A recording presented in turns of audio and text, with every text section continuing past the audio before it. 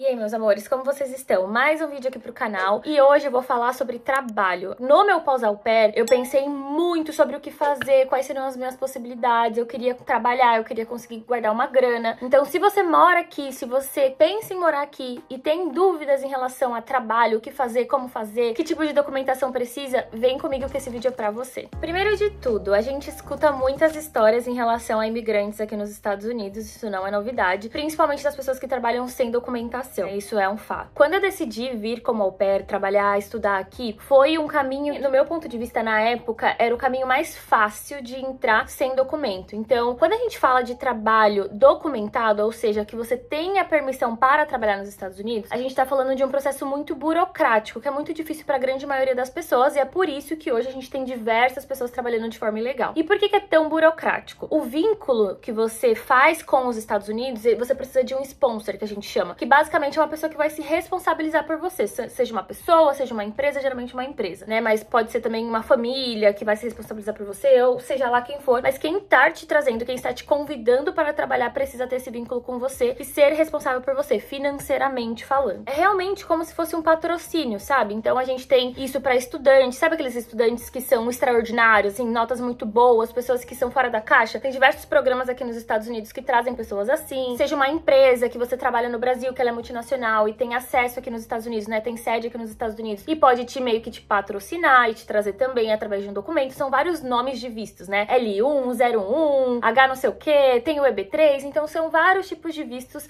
que te permite trabalhar legalmente aqui no país. Não vim falar sobre esses vistos, até porque eu não conheço nenhum deles, eu sei que existem algumas possibilidades que podem te trazer, porém o que eu quero falar hoje, especialmente é para as pessoas que ficam aqui de forma ilegal. Vem pra cá como turista, com visto de turista, ou fica no país se declarando turista ou estudante, mas trabalha de forma ilegal. Então é sobre esses trabalhos que hoje eu vou comentar com vocês. Bom, o trabalho mais comum de todos eles é o de cleaner. Acho que todo mundo que já trabalhou, pensou em trabalhar aqui, já pensou, será que eu vou ser cleaner? Será que eu vou limpar a casa? Será que eu vou ser faxineira nos Estados Unidos? É um trabalho muito comum aqui. Eu confesso que eu não conheço muitas pessoas que fazem isso, eu também não sei quanto ganha. Dizem que ganham bem, dizem que ganham mal, depende muito pra quem você trabalha. Eu acho que, obviamente, como todos os trabalhos, a gente precisa ter os contatos certos pra conseguir fazer dinheiro, mas é um trabalho puxado, gente. Você tem que trabalhar ali em 4, 5 casas pra conseguir fazer valer a pena e ganhar um bom dinheiro. Mas existe essa possibilidade, ela é uma possibilidade bem comum aqui nos Estados Unidos quando a gente fala de trabalhos ilegais. Além disso, a gente também tem a construção, né, que grande parte dos homens vem, mas também já vi muitas mulheres trabalhando, viu? Não subestimem as mulheres, também tem muita mulher trabalhando em construção, acho que também depende muito dos contatos que você faz. E aí a gente tem empregos paralelos, né? Tem como babá, trabalhar em restaurante,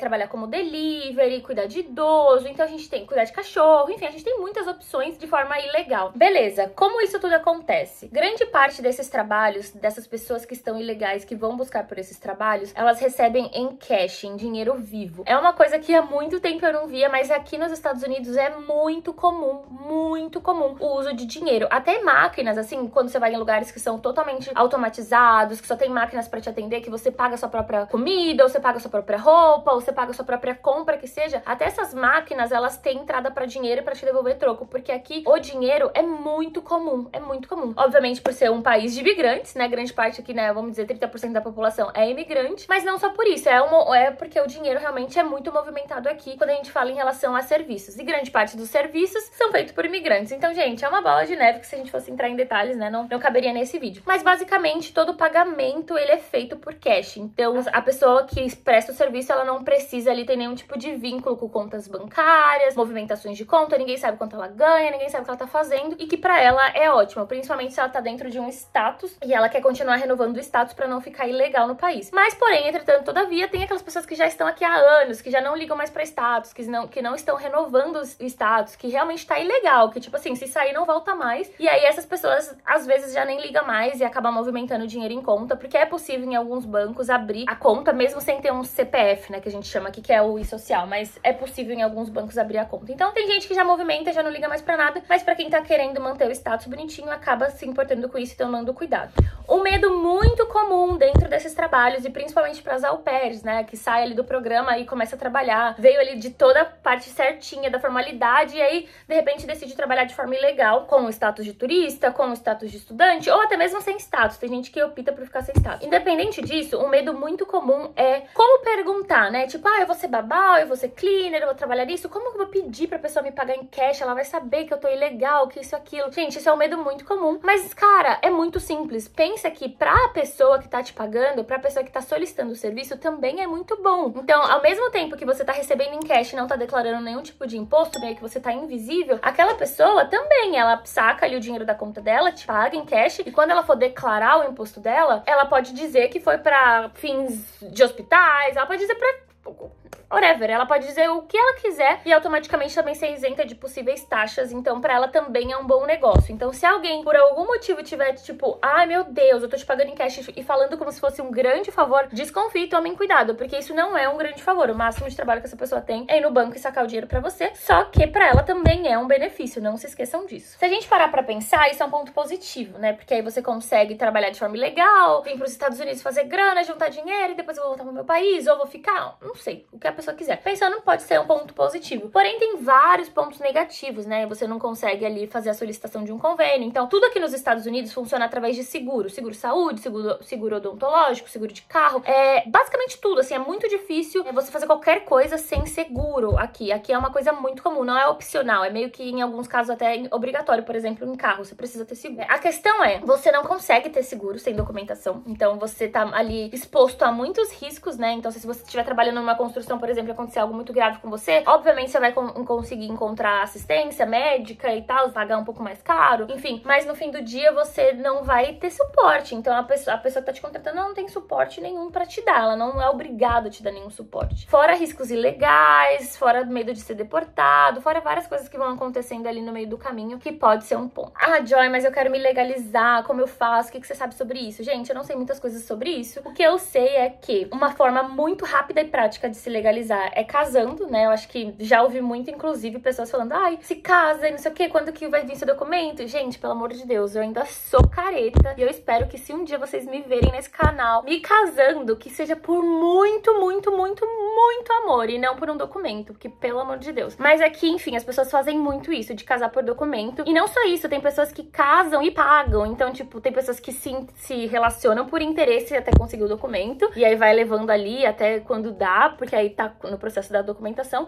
e tem pessoas que já são mais cara de pau e pagam mesmo, acham outras pessoas que também topam e acabam pagando. Hoje o governo tá bem forte em relação a isso, eles fazem entrevista de casamento, né, com o imigrante americano, eles pedem provas de fotos do relacionamento, enfim, tem toda uma burocracia agora pra conseguir esse documento, mas é um caminho muito rápido e prático que as pessoas acabam conseguindo. Além disso, tem algumas situações atípicas que eu espero que ninguém passe pra conseguir um documento, que é violência doméstica, acidente, tem algumas coisas que acontecem aqui que você pode, como imigrante, conseguir um documento. Então, se você passar por uma situação muito perigosa, muito atípica, muito difícil no país, você pode solicitar essa documentação. Também tem a questão do asilo político. Então, muitas pessoas de países diferentes acabam falando que veio pra cá porque o país tá sofrendo por uma guerra ou porque tá sendo ameaçado de morte. Tem várias histórias, mas isso é uma realidade que alguns advogados trabalham junto com os imigrantes. Também tem as pessoas que têm filho aqui no país, então veio pra cá muito tempo atrás, teve filho e aí consegue a documentação, só que tem um porém, tem que esperar o filho completar 21 anos pra conseguir o documento. E, gente, é muito tempo você ser imigrante por, tipo, mais de 20 anos, né? Vamos pensar assim, mais de 20 anos pra você conseguir um documento e finalmente voltar pro seu país. Eu conheço pessoas assim. E é isso, gente, é o preço que se paga pra você ter uma vida melhor, né? Pra essas pessoas valem a pena, fizeram uma vida, uma carreira, enfim, tem dinheiro, mas o preço que se paga é não poder sair do país, e isso é um preço, pra mim, bem alto. Enfim, acho que esses são os principais, mas tem alguns pontos que eu também não conheço, então eu não vou conseguir trazer tudo aqui pra vocês. Bom, gente, é isso. Se você tá ilegal ou legal, seja de qual forma você estiver, pra mim você já tem, olha, o meu orgulho, porque realmente não é fácil vir e viver essa vida. Principalmente pros imigrantes ilegais, gente, que vida sofrida, que vida sofrida. Mas todo mundo tá aí correndo atrás de um sonho, correndo atrás de um objetivo. Gente, toda vez que eu paro pra conversar com alguém, as histórias, assim, são uma história mais linda que a outra. E é isso, no fim do dia tá todo mundo buscando pelo seu lugar ao sol, né? Então, deixa essas pessoas trabalharem, Trump. Vamos lá, vamos lá. É isso, gente. É isso que eu queria trazer um pouquinho pra vocês. Se vocês querem saber sobre o meu pós-au pair, o que eu decidi fazer, com o que eu tô trabalhando, vocês já sabem, né? Quem me segue no Instagram já sabe. Mas como que tudo isso funcionou? Deixa aqui nos comentários, que aí eu trago, tá bom? Um beijo.